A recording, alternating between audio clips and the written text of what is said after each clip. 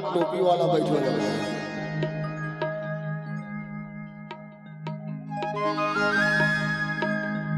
और जब अमरीश पुरी तक को कमी नहीं है राजकुमारी दूरी मैं हूँ कुंवारा अरे माया रही से नाने बन के आओ मैं होगे हाँ दीवानी टूरा रे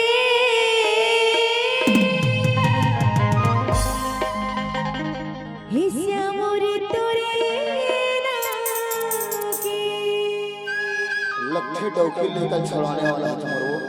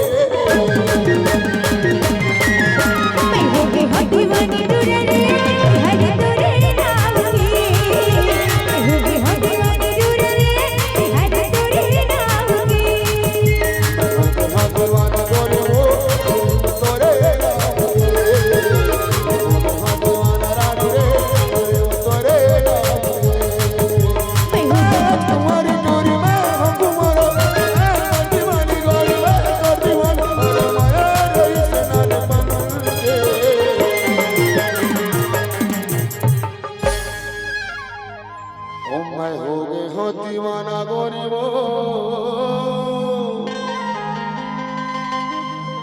ये टूरी वो तोरे नाम के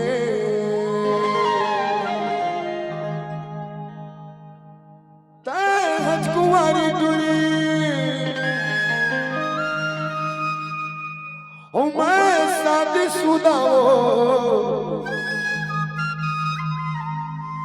अरे माया हवे तोर मुरनान बन के हो मैं होगी हो दीवानी राजा रे